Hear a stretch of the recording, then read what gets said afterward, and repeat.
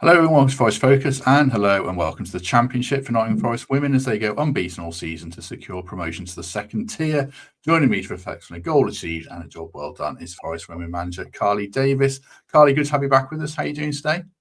Yeah, not too bad, thank you. Thanks for having me, Matt. It's nice to be back.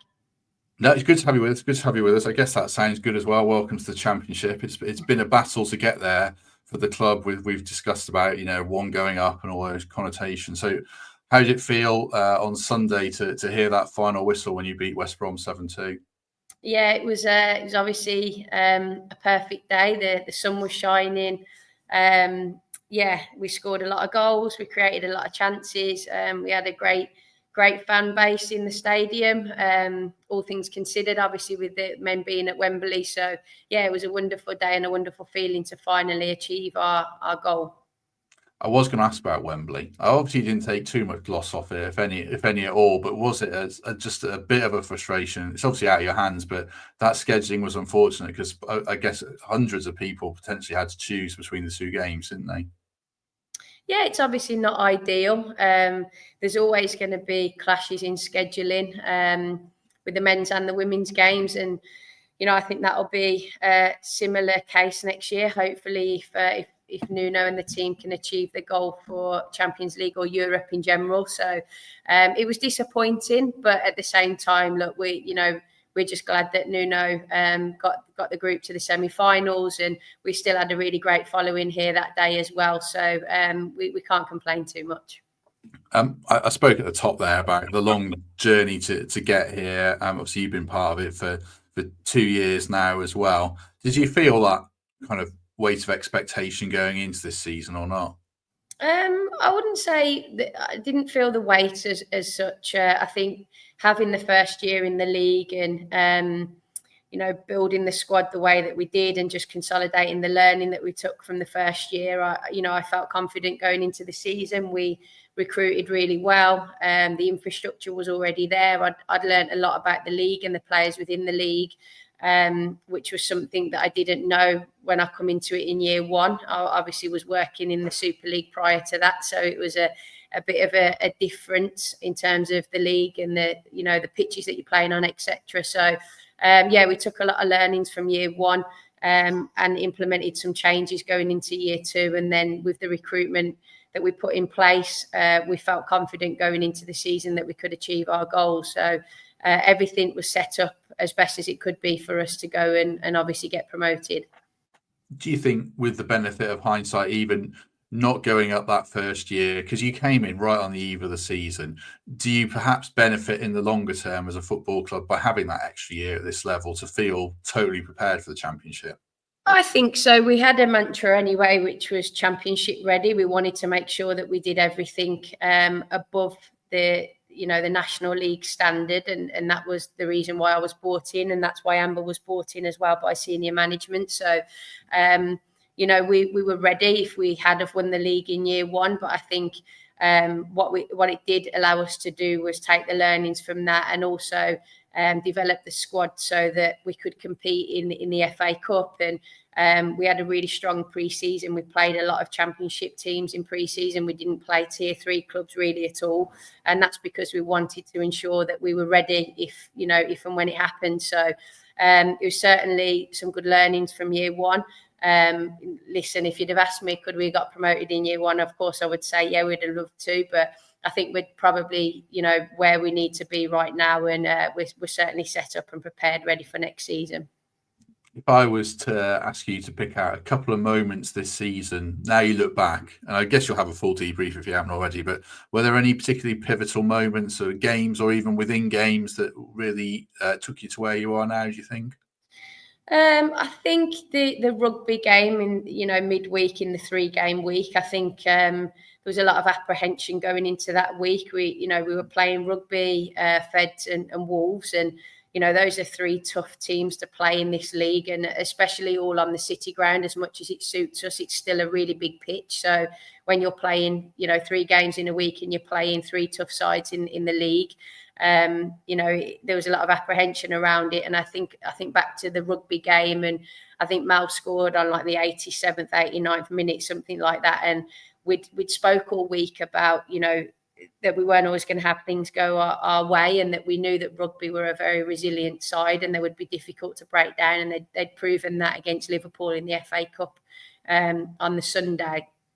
And we said to the girls again at half time, like, the chance will come, the moment will come, and who better to step up and take that opportunity than Mel Johnson, and she did it wonderfully. And I would say there was a lot of relief in that moment for sure, but also one of the highlights of the season, because that's why you're involved in the game, for those type of moments. And what a wonderful moment it was. So I'd certainly say that was up there with a few others.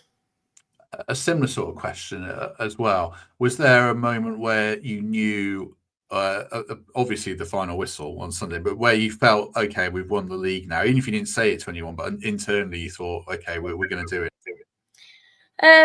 I think when we went into the Burnley fixture, we knew the importance of that a few weeks ago.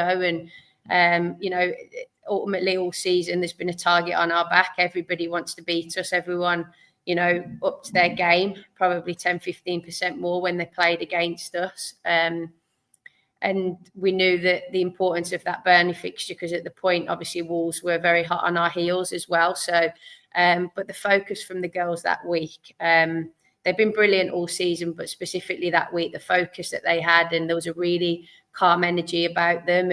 And we went into that game knowing it was important, but we went into it, I think, confident. And I think after that game, I didn't then think we were gonna drop it at that point. I know we then went and dropped points to Hull, but actually on reflection of that, what that did is galvanise the group again, and they responded brilliantly after the Hull fixture. And we then go to Feds, and it's one of the performances of our season, if I'm honest. And I think after that, then we knew that there's no way we were going to drop that momentum, and that turned out to be the case. I suppose when you're talking there about teams raising their game, and I think back to summer recruitment, you sign players with obviously experience at the level above, but also experience. Was that something that you really wanted? Because you knew teams were going to raise their games against you. So the players has been mentally right as much as technically right every week, didn't they? Yeah, that's it. I think that's what I learned certainly in my first year here, is that we needed to bring in some players that knew what the next level looked like, so that we could raise our standards around the entirety of what a professional outfit needs to look like, not just training, but just generally. Also, it's not always the football that wins games in this league. It's sometimes you've got a fight, you've got a little bit of grit, you need some determination, you need some nous. And I learned that in year one, and that's why we went out and recruited some of the players that we did. But at the same time, we also recruited good people who aligned with the vision and what we wanted to do. And I think ultimately that's why we've been so successful this year. We've known when we need to have a little bit of a battle and a fight in the games such as rugby, and ultimately in the games against Wolves as well. And then there's other games when we needed our footballers, particularly when we was here at the City Ground. So we built some versatility in our players, and we certainly needed that across the course of the year. And ultimately that's why we are where we are now. You mentioned Wolves a couple of times. I should ask you about them. They were pushing you all the way, and then this unfortunate, say the least, situation where they find out that they can't go up because the club reportedly didn't apply for the license. How do you reflect on that, not just for you, but for the women's game in general? I think, firstly, credit has to go to Macca and his team. They were a really fierce competitor all season. I think it helped us to keep our standards and raise our standards as well. And I think we have to, give credit to the work that they did to push us to the last game of the season. Really shows the drive in that group. But in terms of the wider picture, it's bitterly disappointing. Mac has been at that club for many years now, as of some of those players, and players who could have gone and played championship football, but chose to stay with Wolves through loyalty, and then also a belief that they could compete in this league and they could win it. And then to find out on the final day the way that they did, I can't even imagine what that must feel like. Disappointed, let down, and on a day that had a lot of really big positive stories, such as Ipswich achieving their goals, us achieving ours.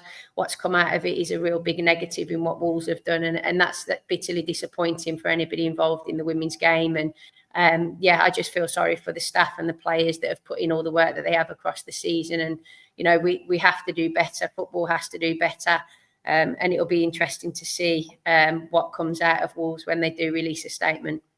word for Trent Navigation. Looking at the men's team, there's a big game coming up on Monday. It's bank holiday as well, so there's events at the Nav. Starting in the afternoon, there's a music festival, 15 local bands, free entry, so you can get down there, enjoy that, and then hang around if you're not travelling down to London and watch the Palace game, 8 p.m. kickoff on the big screens, indoors and out. We'll talk big picture in a minute, but just in the very, very short term, what happens now? You're still in your Forest kit, so you're obviously not gone on holiday or anything yet, but what happens in the next week or two? No, the next 2 weeks will just be reviewing the season and, looking at all our processes and what's worked well, what we want to improve on, just so that we can be as prepared as possible when we return for pre-season. We are very process driven here. We like to be ahead of the game. So that's certainly something that we'll be doing over the next 2 weeks. Then we'll look at pre-season, make sure we've got everything ticked off and boxed off for that. And then we'll all go and have a much needed holiday. What about the future of the club then? I know you were moving towards full-time. Am I right in saying next season, is everyone full-time next season? Is that how it's going to work? Yeah, I mean, look, the only reason we never put out that we were fully professional this season is because Lindsay unfortunately couldn't, because of obviously her family and the current job that she was in and position. So it wouldn't have been right for us to say that we were fully pro when we had one player that was still part-time. So ultimately everything that we've done has been fully professional, and that'll certainly be the case again next season. So nothing changes in regards to that. We've been professional all season. Or certainly since the uplift. I think it was the first week of pre-season that happened. So, that'll be the case again next year. And now we just want to obviously make sure that we prep as best as we can leading into pre-season and then hit the ground running. How are you viewing next season? I'll talk about overall ambitions, but in terms of the challenge you'll face, you referenced earlier, you and probably Wolves, I guess, but especially you were the big fish in the ponds. Next season, I guess it's slightly different, but obviously the quality of the teams is going to be higher. So how are you viewing next season in general? Yeah, we just, we know the championship. I know the championship. We've been watching games all season. We're very much connected to what's going on there. It's not just been a case of focusing on just our league. So, we're prepared. We know what the physical demands are going to be. We know what the technical, tactical demands are going to be. And we need to make sure that we prepare our players for that, in pre-season.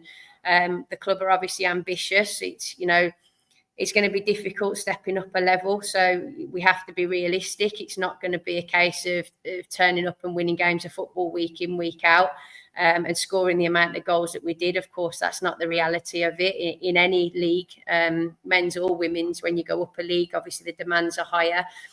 So we need to be prepared for that, both mentally, physically, technically, tactically. And we certainly will. What we've got here is an unbelievable staffing group who've got experience way beyond tier 3.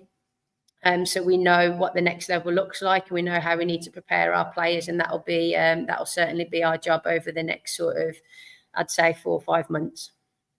Yeah, well, just on ambition, I mean, obviously, we all know the owner is very ambitious for the whole football club, the netball team, the stadium, everything. And then you look at a team, I mean, Wrexham are the obvious example, climbing the leagues and all that kind of stuff. But then you see the challenge that you've just outlined there. I mean, what is the ambition, or is it too early to say? I mean, long term, we've said this before. Amber said this in interviews. The owners want us to be a WSL club, and that is the overall vision. I think the reality of next year is it's a consolidation year. We want to make sure that we solidify our place in the championship first and foremost. It's a very difficult league to get out of. You've seen that with Newcastle, the ambition that they come out. They wanted to go and win it. And you've seen with the investments of London City, Birmingham City, obviously Newcastle themselves, Charlton have always been up there and amongst it. It's a very competitive, difficult league. So I think it would be disrespectful to expect to go up there and be able to win that league. Is it doable? Yes. Is it realistic? Possibly not. But what we certainly want to do is not just go there, make the numbers and fight relegation at all. We want to go there, we want to compete, we want to be right in and amongst it, and that'll certainly be the challenge for us going into the season.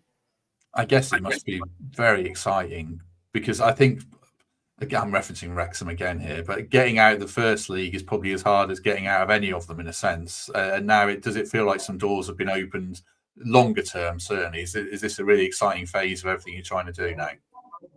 Yeah, of course. Now we're in the Championship. What it does is raises the profile of Nottingham Forest Women. You'll see us, on the FA Play. You'll see us on, more of the BBC with the League Cup campaign, etc. So the visibility becomes bigger for the club as well, which is really important. And with visibility, you can attract players, and it really just helps future-proof ourselves for where we're going and the direction that the club's aiming for, and obviously that long-term vision of hopefully establishing ourselves in the not-too-distant future as a WSL club. Apologies if people heard my "don't forget to pick your kids up from school" alarm that I set every day after I might have had to run down the hill one time to pick them up. That goes off every day at 3:05. Last question. We should probably finish on the fans. I'm sure they've been a factor, and also you mentioned next season. You see the attendances at WSL games. I'm getting ahead of myself, but it's a potential to grow the club long term, bring in more fans. Just give a word for the fans and how you hope that we can attract more in years to come, I guess. Yeah, they've been brilliant. We've seen the numbers increase every single week. We've played at the City Ground, and we've built a really good, loyal following away from home as well, which is brilliant when you consider some of the places that we have to go to in Tier 3 to play. So credit to them. They followed us up and down the country and made lots of noise and really drove us through games as well. And I think, like I said, to see the number of fans that we had in on the last day of the season, when obviously the men were playing at Wembley that day as well, I think just shows the following that we've now got. And we're going to need their support next year. The season is going to look very different for us. They've become accustomed to seeing big score lines, but that's not realistic in the Championship. Things aren't always going to go our way, so we're going to need them next season. Through the good and the bad. It's important that they stick by us, they stick with us, because we're certainly on a journey, and we need everybody on our side to do that. Excellent. As reference, got to pick up my kids. So we shall leave it there. But if you've enjoyed this, and I certainly did, do us a favour, hit like, hit subscribe, do consider a membership or Patreon, and you'll get early access to interviews like this, or just give us a lovely 5-star review on Apple or Spotify. Carly, thank you very much. Appreciate your time. Thank you. Thanks for having me. Always a pleasure, and we shall definitely have you back on soon, hopefully. But thanks very much, everyone, for your company. We shall be back Monday. I think I'm putting this out on Saturday. So yeah, have a good weekend, and we shall see you soon.